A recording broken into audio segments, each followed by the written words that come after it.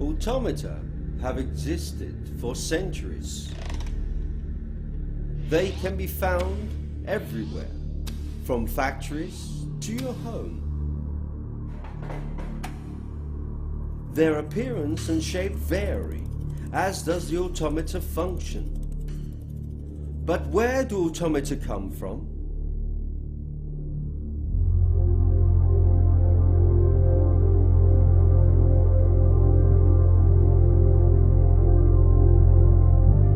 Beyond time and space, in a dark world where the dim light of the stars barely gets through a dense rug of smoke, a city of metal arises from the shadows.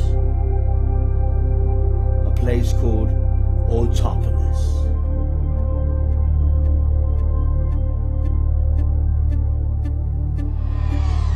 Behind these metal walls, an army of automata gives motion to a lifeless city.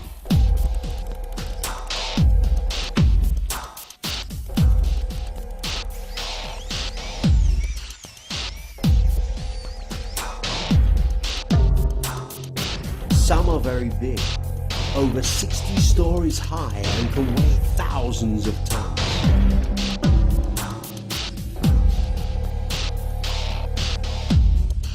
Others are so small that they may be unnoticed. Each automaton has a specific function and a unique task which is repeated endlessly.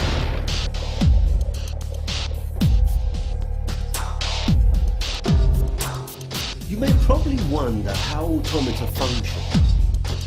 Although they don't have any plausible intelligence, they move and operate without making mistakes. What controls their movements? What is it that defines every single one of their actions? The answer is thousands of millions of lines of code in their internal memory.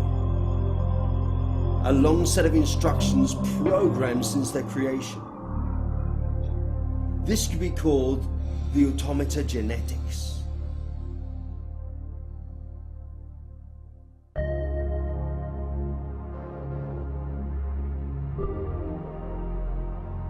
Although automata have no names, there's one I like to call Dave.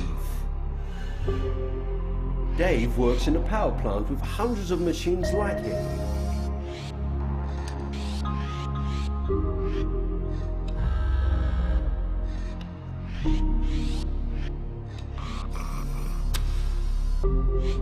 Day after day, they replace millions of light bulbs.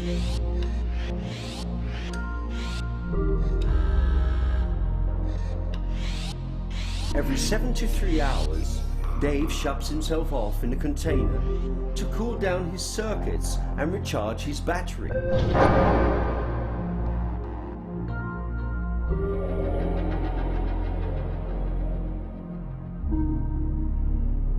Dave could have functioned forever like any other automaton, but he had a bug. Dave belonged to a small group of automata that were programmed with an exit, a line hidden in his control program, nested in 937 conditions, undetectable to the human eye, but there it was, a command waiting for every condition to be satisfied until one day it happened.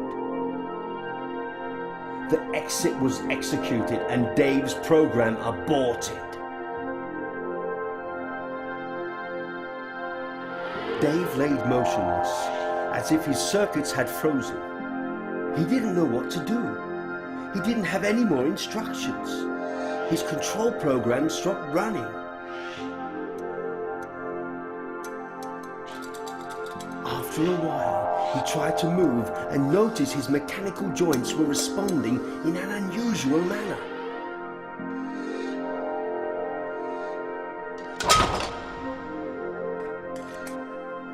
Finally, he managed to move and left his workplace.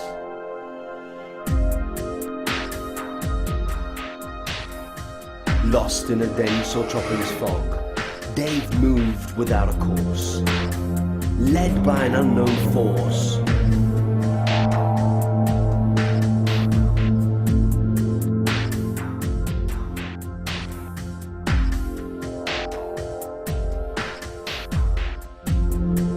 through places he had been many times before. Nothing seemed to have changed. However, things weren't looking familiar anymore.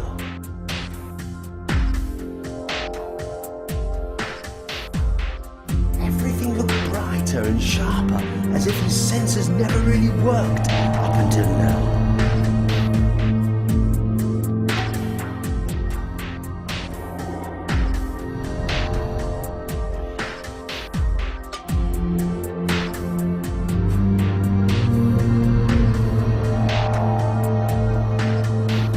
This line was taking him to the heights of the city, and he had no idea why he was being headed in that direction.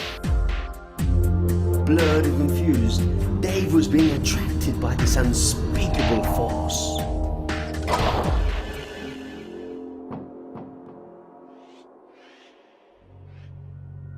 At the top of Autopolis, Dave found himself in front of a magnificent structure.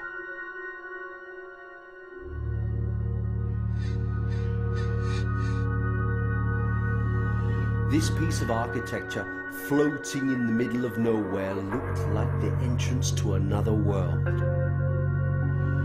When approaching the gate, Dave noticed the intimidating inscription over the door. But he gathered enough courage to continue.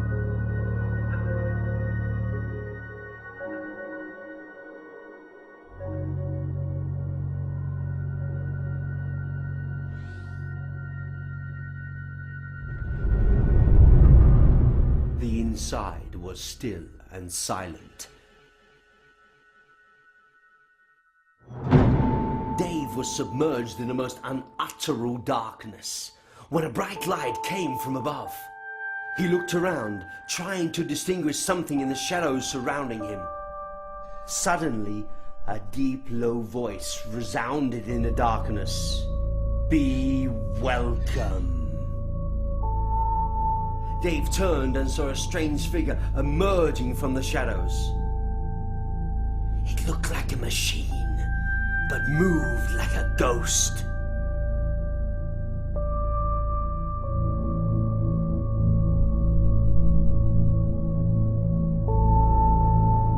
Still amazed by the presence of that wonderful ghost machine, Dave wondered what he was doing there and what had guided him. The ghost machine bellowed, "This is the place where the lost ones come, the ones who don't know what the next step is." Dave asked what the next step was. What was he supposed to do? The ghost machine leaned over and said, "It is your decision."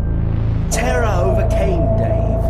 Thousands of thoughts crossed his mind, a mind that had never existed before. A flow of strange sensations shook the innermost of his circuits, and he began to feel uncertain, excited, but extremely frustrated. Finally, he realized he was no longer flawless. He was no longer automatic. Autopolis was not the place for him anymore.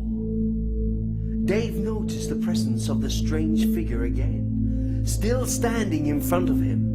In that moment, darkness faded and emptiness surrounded them. The ghost machine asked Dave to look up, and there it was, Autopolis, like a metal monstrous face watching down from above.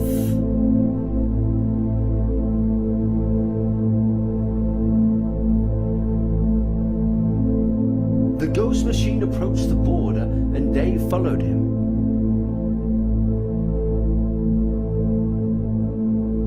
As he looked over the edge, Dave saw the infinity of emptiness.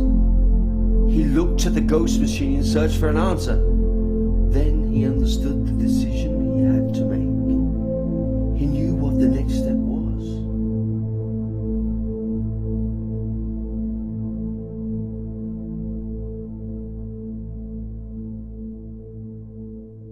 Dave left Autopolis behind and felt his existence was fading away.